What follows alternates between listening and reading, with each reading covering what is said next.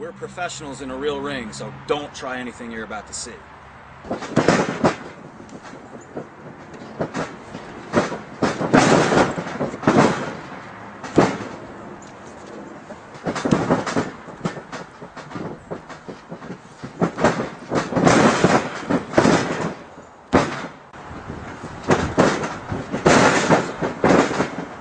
This move is the Canadian Destroyer. It's a complicated move, so we're going to show you how it's done step by step. Of course, it's very dangerous if you do it wrong, and it's not something you just jump into, so we'll show you how it goes. Put his head in between your legs, and you want to keep your legs tight so his head doesn't slip out. And the other person wants to keep their hands right behind your knee. And then you want to put your arms tight.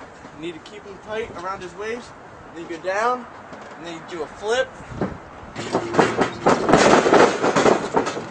When you land, you gotta keep your knees up.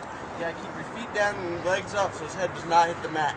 Before you can do the full move, anybody who learns this move has to be able to do what Jason and Jackson are going to do first, which is basically getting it into the basic pile driver setup, and then the attacker is just taking a front bump or a flip over and landing by himself without the complete move, like so.